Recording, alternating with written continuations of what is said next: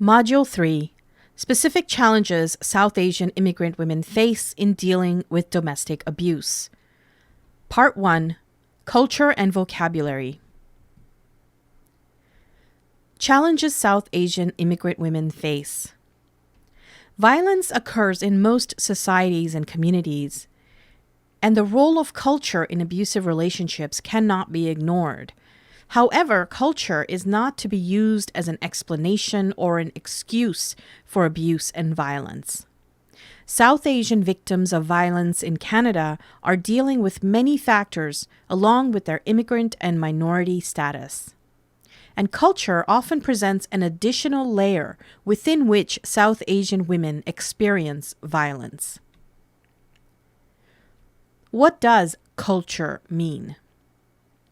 Culture is the set of patterns of behavior and customs, values and attitudes, implicit rules of conduct, methods of social organization, and taboos or sanctions which are shared by people with a common identity.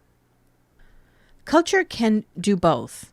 It can enable self-respect, social status, and provide support, protection, and security to people.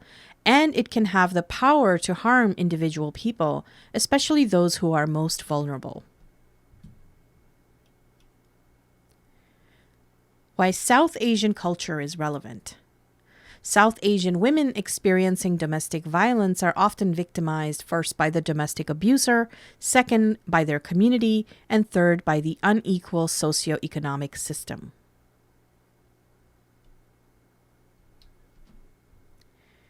Amongst South Asians, the family, extended over numerous households, is a fundamental and influential foundation, providing financial support, material assistance, and emotional security. South Asian families often judge each other in terms of the family as a whole, so privacy or independence can be seen as undesirable.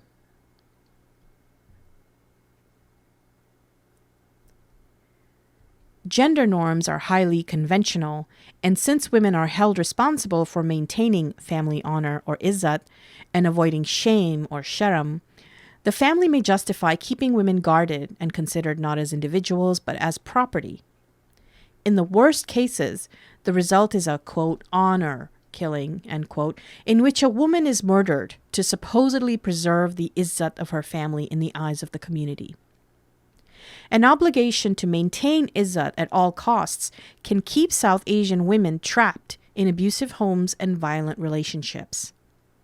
Women who stay at home and obey fathers, husbands, and elders are often seen as more respectable within the community than women who assert their independence. There are unique cultural pressures on South Asian women, including conditioning from birth, which often makes it difficult for girls and women to challenge male authority. Duty and tradition, meaning being taught to respect authority figures, especially male authority. Women are also taught that they have to be the perfect mother, the perfect wife, and the perfect daughter-in-law to be considered good. Girls are taught from an early age to, quote, not discuss problems outside the home, end quote. It is considered a stigma to talk about domestic violence with strangers. Some people believe that domestic violence is normal and justified if a woman steps outside of her expected conventional role. Sexual abuse can often be seen as justified if it will produce a son as an heir. An abused woman may lack support from her own family or her extended family. Vocabulary of violence. Naming an experience is important in order to deal with it.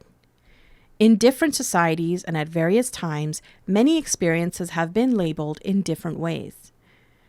But for many South Asian women, it takes them months, sometimes years, to figure out that they are victims of abuse because often such words do not exist in their language. Without a vocabulary of violence, a woman's experience can be silenced because there is no name for it. The ways in which women's experience of violence is named, identified, and revealed has a profound impact on how women may understand and react to it. For example, marital rape is a term that is used for non-consensual sex within marriage. It is a term coined in the West and has no linguistic roots in any of the South Asian languages. South Asian culture assumes that once you marry someone, consent for sex is a given. Many South Asian women raised with such a value system do not even realize that they are facing violence when they are forced to endure non-consensual sex. Some may not even be aware that their consent matters.